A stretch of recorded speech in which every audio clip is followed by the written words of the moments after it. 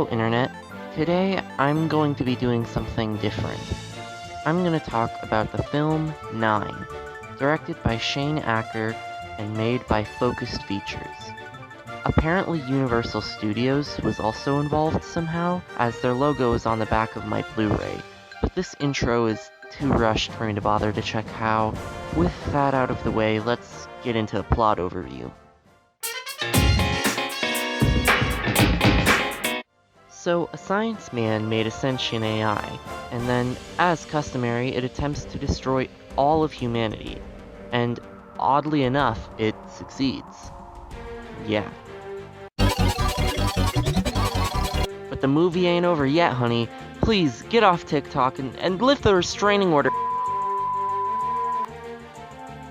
That same science man correctly predicted the end of humanity and created 9 minion-looking things, and gave each of them a piece of his soul, and now they have to clean up this mess. So the film opens with 9, our main hero, waking up and collecting a Lego stud. That's gonna be important. And after walking around the charred, decayed landscapes, he stumbles upon 2, an old Tinkerer puppet who gives 9 a voice box. However, their meeting is swiftly interrupted by, "Hey, yo, the pizza here!" After that, 9 meets the main group consisting of 1, 5, and 8. They are a bunch of cowards hiding away in a church, hoping that the monster is just gonna go away someday. After some convincing, 9 convinces 5 to join him on his suicide mission to save 2. Fortunately for us, they don't die, and 7, who was presumed dead by 1, epically kills the machine tiger thing.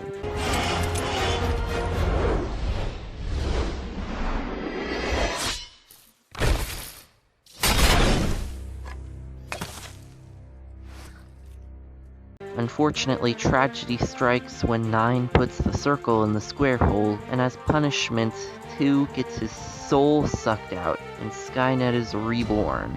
Once they escape Skynet's Amazon warehouse, they meet 3 and 4.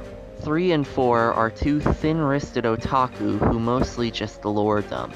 So, after going back to the church and getting scolded by 1, then getting mugged by 8, Subjugate them. What? You fat you have diabetes. everyone gets harassed by a bird, and we learn why Edna Mode doesn't make capes. Then, while watching Guard, 8 makes me incredibly uncomfortable. And as a result, he almost gets killed by a snake corpse puppeteer robot. Yeah. Anyways, after a terrifying fight, 2's body is recovered and 7 gets kidnapped by the snake. After managing to save 7, they blow up the whole complex. Skynet, however, doesn't want the film to end yet, and gives chase.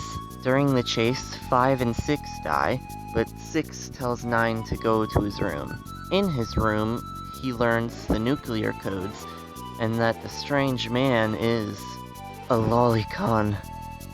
So, 9 kills Skynet, and then uses dark magic to free the dead puppet souls, and the film ends with rain.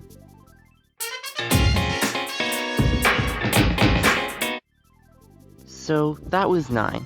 Did you like it? I don't know. Let's begin the review. Since I like 9, I feel I should begin with the 2 or 3 gripes I do have with the film. First things first, 3 and 4 are completely underutilized.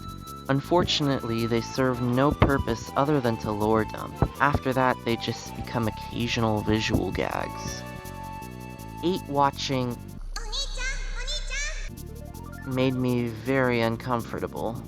The film also feels a tad overexpanded. 3 and 4's lore and Skynet surviving the explosion weren't really necessary.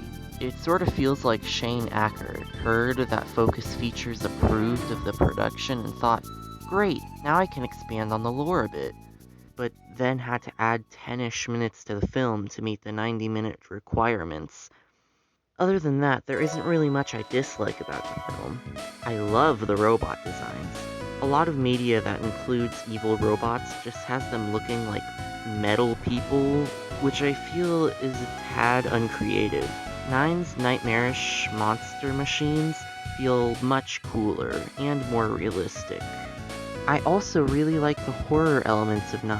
While the combat scenes with the robots are really tense, they seem to lower a little bit in intensity later in the film and start feeling a tad bit action-y.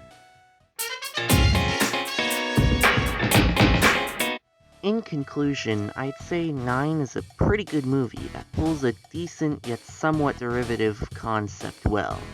I would recommend it quite a bit. I give it a 7 to light 8 out of 10.